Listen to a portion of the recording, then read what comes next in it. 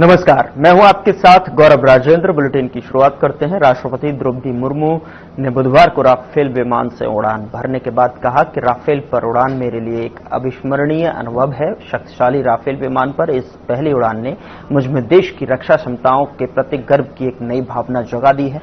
मैं इस उड़ान के सफल आयोजन के लिए भारतीय वायुसेना और अंबाला वायुसेना स्टेशन की पूरी टीम को बधाई देती हूं।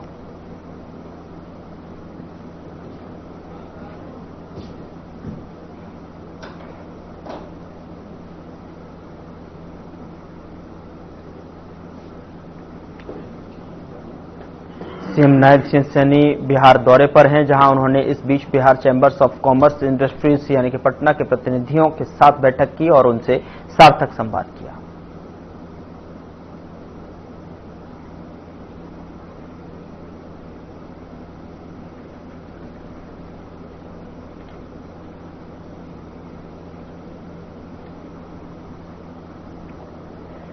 मुख्यमंत्री नायब सिंह सैनी ने मंगलवार को जिला कुरुक्षेत्र में ज्योतिसर तीर्थ स्थित अनुभव केंद्र का निरीक्षण किया, तो वहीं इस मौके पर विरासत और पर्यटन मंत्री डॉक्टर अरविंद शर्मा, गीता मनीषी स्वामी ज्ञानानंद महाराज और मुख्य सचिव अनुराग रस्तोगी भी मौजूद रहे। बता दें कि इस दौरान मुख्यमंत्री ने अनुभव केंद्र में स्वागत कक्ष, महाकाव्य का सृजन कक्ष, प्राचीन महाभारत, कुरु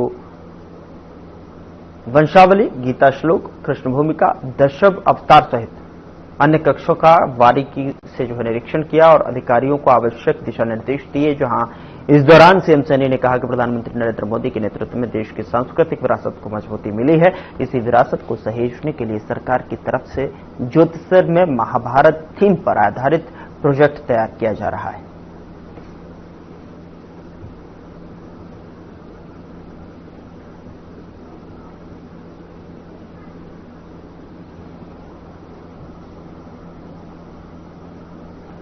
उधर हरियाणा के पूर्व मंत्री चौधरी वीरेंद्र सिंह और उनके बेटे पूर्व सांसद चौधरी विजेंद्र सिंह द्वारा आगामी 9 नवंबर से नांगल चौधरी के निकटवर्ती गांव राय मलिकपुर बॉर्डर से शुरू होने वाली सद्भाव यात्रा को लेकर चौधरी वीरेंद्र सिंह ने नारनौल में कांग्रेस पार्टी कार्यकर्ताओं की बैठक ली और सद्भाव यात्रा को लेकर कार्यकर्ताओं से विचार विमर्श किया। इस मौके पर उन्होंने बीजेपी पर आरोप लगाया कि बीजेपी की ना ही कोई नीति है और ना ही कोई योजना, सिर्फ जातिवाद पर बांटना चाहती है।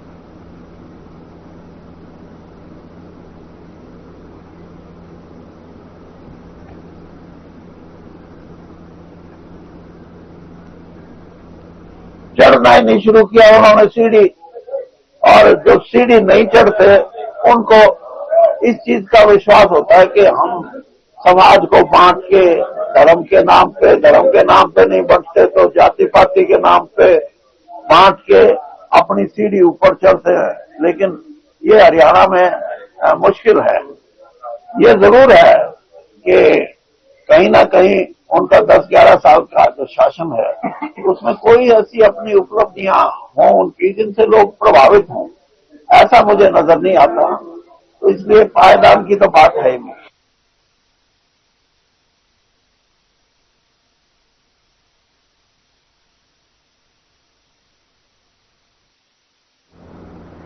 हरियाणा ने भूमि एवं राजस्व प्रशासन को पूर्ण रूप से डिजिटल करते हुए पारदर्शी और नागरिक अनुकूल शासन के नए युग की शुरुआत कर दी है।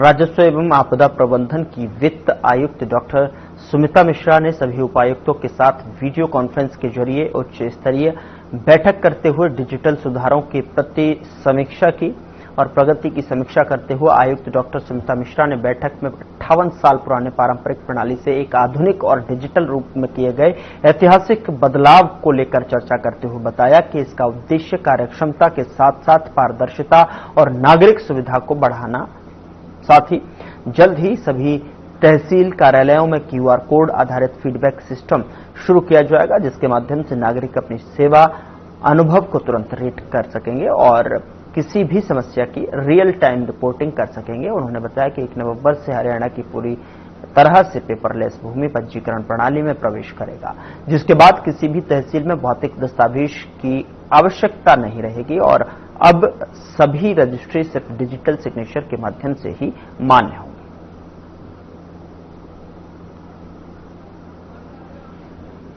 हरियाणा में 1 नवंबर से हम एक बहुत बड़ा परिवर्तन ला रहे हैं। माननीय सीएम साहब और आरएम साहब के मार्गदर्शन में एक बहुत बड़ी नई पहल, मैं इसको कहूंगी ऐतिहासिक पहल ली जा रही है। और ये जो 58 साल से हमारी जो प्रणाली बनी हुई है तहसीलों में रजिस्ट्रेशन कराने की, जो जमीन की रजिस्ट्रेशन डीड्स हैं, उस व्यवस्था को हम बदल रहे हैं और अब हम पेपरलेस रजिस्ट्रेशन की ओर जा रहे हैं। हरियाणा ये करने वाला देश में पहला प्रदेश होगा। 29 सितंबर को माननीय मुख्यमंत्री जी ने इसे बबैन में, कुरुक्षेत्र जिले में लॉन्च किया था पहली बार, और अब 1 महीने की उसमें और इम्प्रूवमेंट और टेस्टिंग के बाद अब हम पूरे प्रदेश में 1 नवंबर जो हरियाणा दिवस भी है इसे लॉन्च कर रहे हैं। इससे हमारी कोशिश है कि जो नागरिकों को अभी तक तहसीलों में चक्कर काटने पड़ते थे,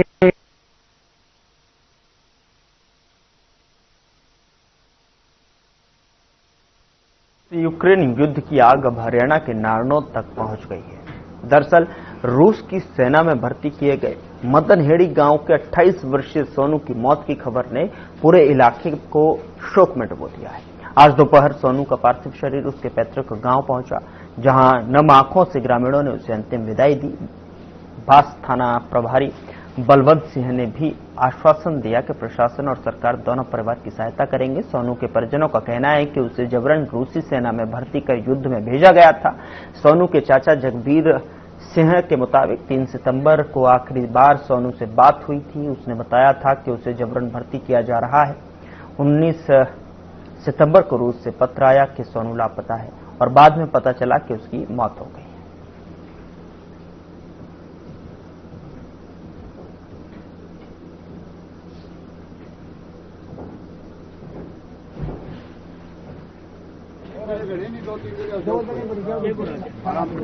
हाँ, बड़ी दुखद घटना है। इस दुख की घड़ी में हम परिवार के साथ हैं। सोनू जिसकी 27-28 साल उम्र है, बहुत ही वो है। हम दुख सुख में उनके साथ हैं। देखिए, रूसी प्रशासन पे इसके बारे में पता कर लेंगे, जो इनकी सहायता हुई हम इनकी पूरी इमदाद करने के लिए तैयार हैं। बहुत दुख होया जी इस चीज से। पूरा गांव में मातम का माहौल छा रहा है। एक युवा गया तो था अपने, भाई सब यो देखेंगे, भाई 2 पीछे कमांड गए थे, गरीब घर का बालक है, उड़ जाएगा, उनने किसी जगह फंसा दिया, यूक्रेन में जाके रहा, तो उस तो फिर यो हादसा हो गया, शहीद हो गया। और वही बहुत दुख है हमने इस चीज का। देखिए, रूसी सेना की जो वर्दी है और भी है, काफी चीजें उन्होंने साथ में भेजी है।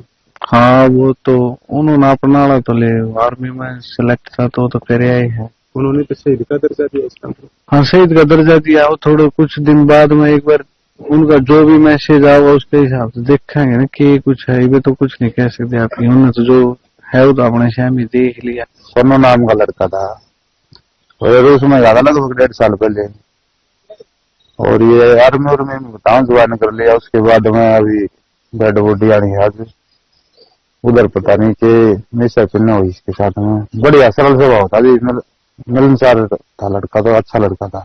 फौज में बताओ थे गया था, मतलब फौज में भर्ती कर। हाँ, तो फिर किस लड़का था? वो लड़का बढ़िया था, जो शुद्ध भी था, लंबा ठाडा भी था।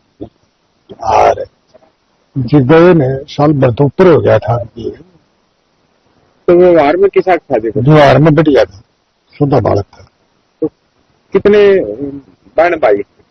बहन भाई एक बड़ी छोरी है, 2 छोरे, मतलब एक यूर एक। हाँ, 3। तो माँ बाप तो गुजर गया है।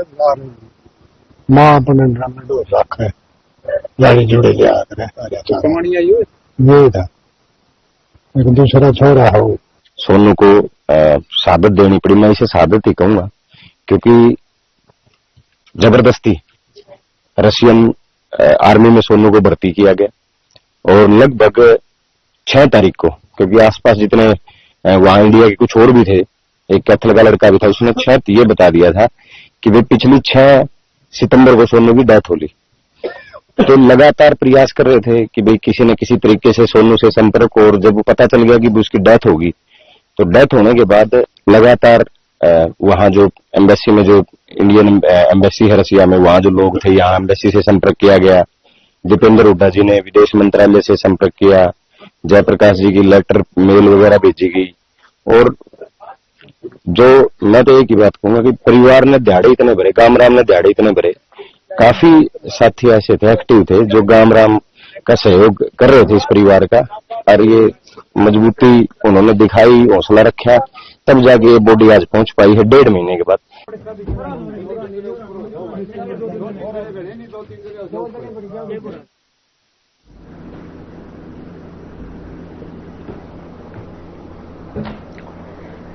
उधर यमुनानगर में ट्रेन हादसे में 2 लोगों की जान चली गई। एक व्यक्ति की तो पहचान हो गई, जबकि दूसरे की अभी तक शिनाख्त नहीं हो पाई है। दोनों मौतें ट्रेन के अचानक झटका लगने से दोनों व्यक्तियों ने नियंत्रण खो दिया और वह ट्रेन के नीचे गिर गए, और जिससे उनकी मौके पर ही मौत हो गई। जीआरपी पुलिस दोनों बॉडी को यमुनानगर के सिविल अस्पताल में पोस्टमार्टम के लिए लेकर आई, जहां पर जांच अधिकारी राजेंद्र शर्मा ने बताया कि एक हादसा 26 अक्टूबर को कालानौर स्टेशन के पास हुआ, जिनमें एक व्यक्ति की ट्रेन के नीचे गिरने से मौत हो गई है। फिलहाल उसकी पहचान नहीं हो पाई है, जबकि एक हादसा आज सुबह हुआ है। हादसा मुस्तफाबाद स्टेशन के पास हुआ है। फिलहाल दोनों शवों को मोर्चरी में रखवा दिया गया है।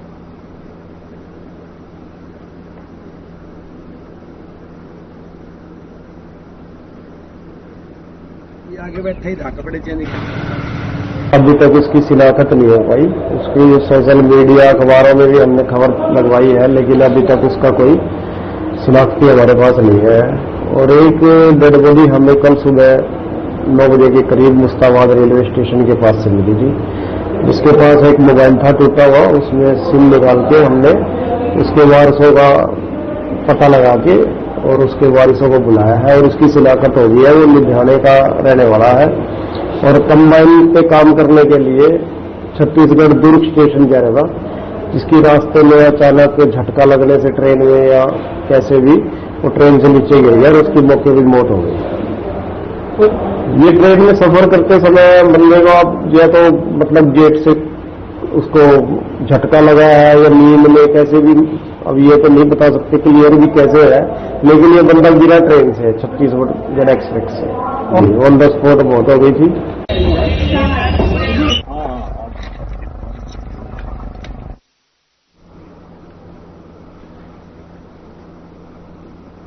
यहां रुक रहे हैं एक छोटे से ब्रेक के लिए। ब्रेक के उस पार खबरों का सिलसिला लगातार जारी है।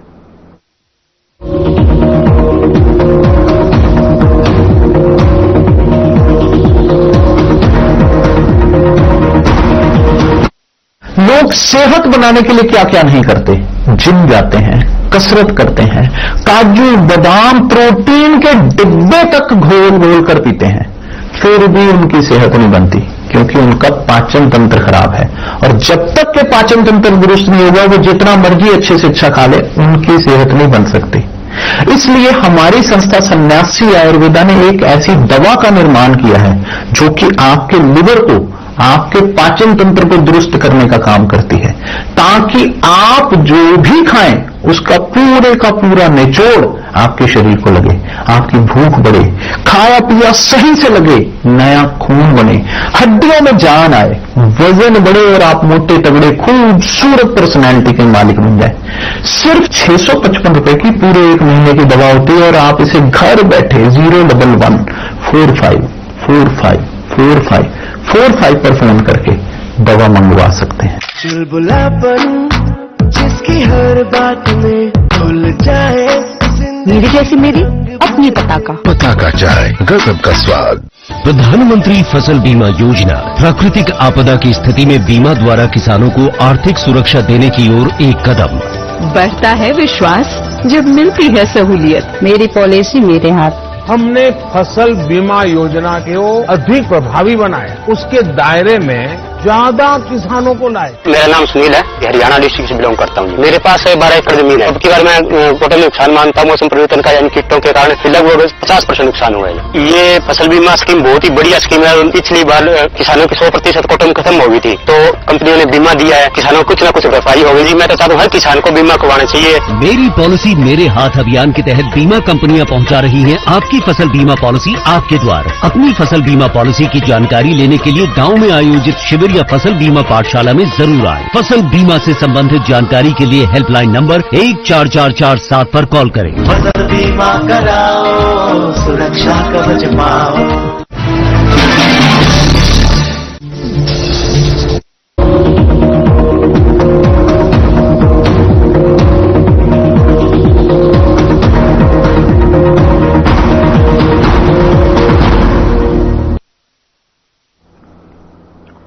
ब्रेक के बाद स्वागत है आपका। खबरों में आगे बढ़ते हैं। साइबर ठगी के जाल में फंसकर लाखों रुपए गंवाने के बाद 21 वर्षीय छात्र ने अपने जीवन लीला समाप्त कर ली।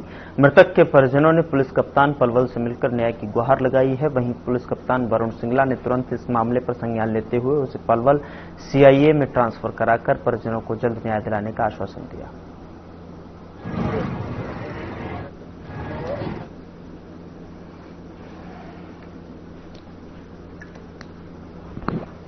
मैं गांव जटोला का रहने वाला हूँ। वो सुसाइड का जब उन्होंने जिस टाइम हम हॉस्पिटल में लेके गए थे, जब तो हमको कुछ पता नहीं चला। बाद में 2 दिन बाद जैसे ही हमने उसका फोन का टेलीग्राम, व्हाट्सएप, फोन पे वगैरह हिस्ट्री चेक किया, तो उसमें पता चला उसके साथ साइबर फ्रॉड हुआ है। लगभग कितने रुपए का फ्रॉड हुआ है? ये करीब 3.5 लाख रुपए के आसपास फ्रॉड हुआ है।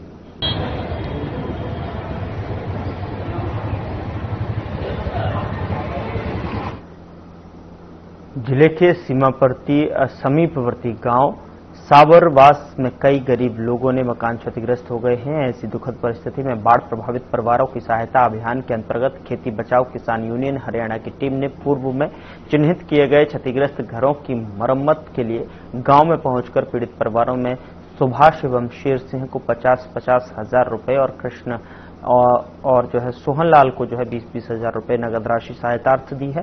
इसके अतिरिक्त जरूरतमंद परिवारों को राशन सामग्री की किटें भी वितरित की गई हैं। इस अवसर पर प्रदेशाध्यक्ष जर्नैल सिंह मलवाला, उपाध्यक्ष वेगराज फुला एवं राजेंद्र सिंह चहल, कोषाध्यक्ष इकबाल सिंह खोकर, सरपंच गुरदयाल सिंह, बरसीन छेलूराम, संदीप गढ़वाल, तेजिंदर सिंह औजला सहित गांव के पूर्व सरपंच शिव कुमार, सुभाष नंबरदार, श्रीचंद और कृष्ण कुमार, राजाराम, राजपाल लोग जो है उपस्थित रहे।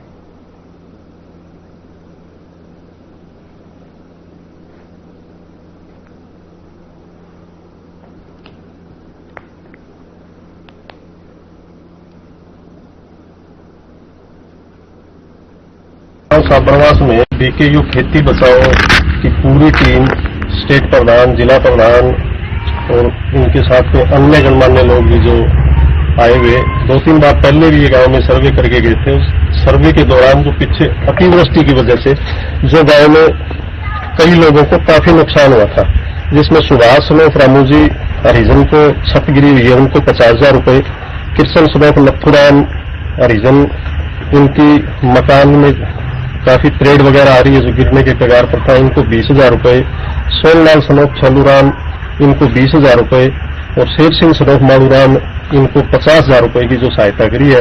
इनके अलावा इन्होंने और कहा है कि जो ही खेती की बिजाई का समय आ चुके हैं, बिजाई के दौरान खाद और बीज भी मुहैया करवाया जाएगा।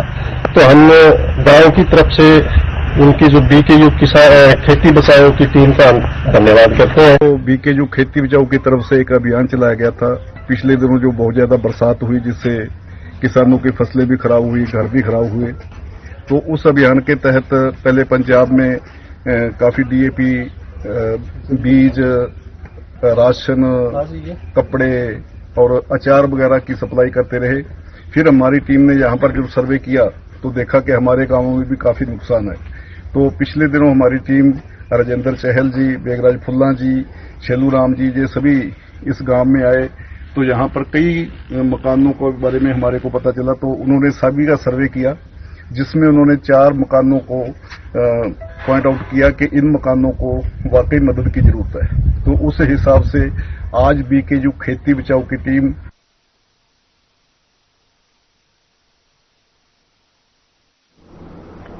उधर विश्व प्रसिद्ध कपाल मोचन मेला को लेकर यमुनानगर प्रशासन और रोडवेज विभाग ने तैयारियां पूरी कर ली हैं। श्रद्धालुओं की सुविधा के लिए रोडवेज विभाग की ओर से करीब 100 बसें मेले में लगाई जाएंगी। इसके साथ ही 4 अस्थायी बस स्टैंड और हेल्प डेस्क भी तैयार की गई है। आपको बता दें कि यमुनानगर में हर साल लगने वाला कपाल मोचन मेला 1 नवंबर से 5 नवंबर तक आयोजित किया जाएगा। देश भर से लाखों श्रद्धालु इस मेले में पहुंचते हैं।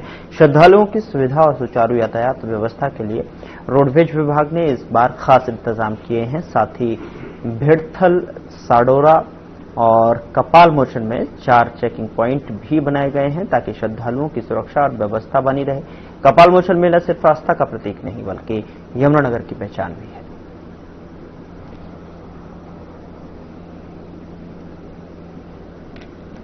बेहतर परिवहन सेवा ताकि लोग आराम से मेले में सुरक्षित होकर यात्रा कर सकें, इसके लिए हमने विशेष प्रबंध किए हैं। मैं बताना चाहूंगा आपको कि जिला यमुनानगर ने इसके लिए 4 टेम्पोररी बस स्टैंड बनाए हैं। एक बस स्टैंड हमने रेलवे स्टेशन पे बनाया है क्योंकि ट्रेन से भी काफी यात्री आते हैं दर्शन करने के लिए, तो वहां हमारी पूरी एक टीम रहेगी और लगभग 15 से 20 वहां पे बसें रहेंगी ताकि सभी यात्री आराम से मेले के दर्शन कर सकें। उसके बाद एक टेम्पोररी बस स्टैंड हमारा यमुनानगर बस स्टैंड पे रहेगा, एक जगाधरी रहेगा और एक हमने temporary bus stand Kapal Mochan में बनाया है क्योंकि बहुत सारे श्रद्धालु सभी सरोवर में स्नान करने के बाद आदवदरी दर्शन के लिए जाते हैं, तो हमने भी वहां भी एक विशेष व्यवस्था की है बसों की। तो वहां हमारे लगभग कर्मचारी भी रहेंगे और लगभग 25 से 30 बसें हमारी कपाल मोचन टू आदवदरी चक्कर लगाएंगे और लोगों को सुविधा उपलब्ध कराएगी।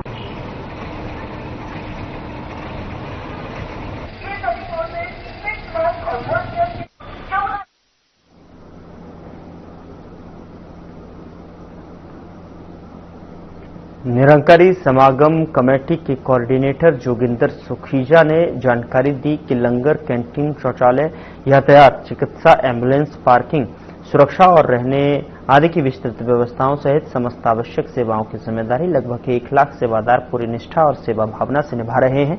संत समागम के चारों दिन दोपहर 3 बजे से रात 9 बजे तक भक्ति और ज्ञान से परिपूर्ण मुख्य कार्यक्रम आयोजित होंगे। इनमें सभी आयु वर्ग के भाषा भाषियों द्वारा आध्यात्मिक विचार प्रस्तुत किए जाएंगे और प्रख्यात संगीतज्ञों द्वारा भक्ति संगीत की अमृत वर्षा की जाएगी।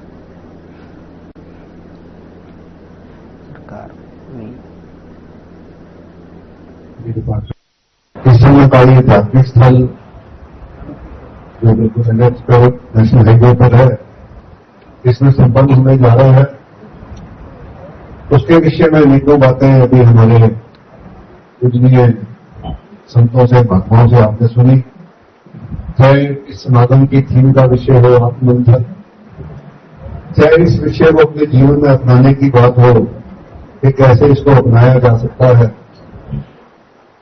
और किस प्रकार इस आत्ममंथन को करते हुए लाखों के श्रद्धालु भगत जो विश्व के कोने कोने में अपना जीवन जिए हैं, उनकी बातें अभी हमने सुनी और पास बैठा बैठा महसूस कर रहा था कि आपका और हमारा काम तो सेम ही है।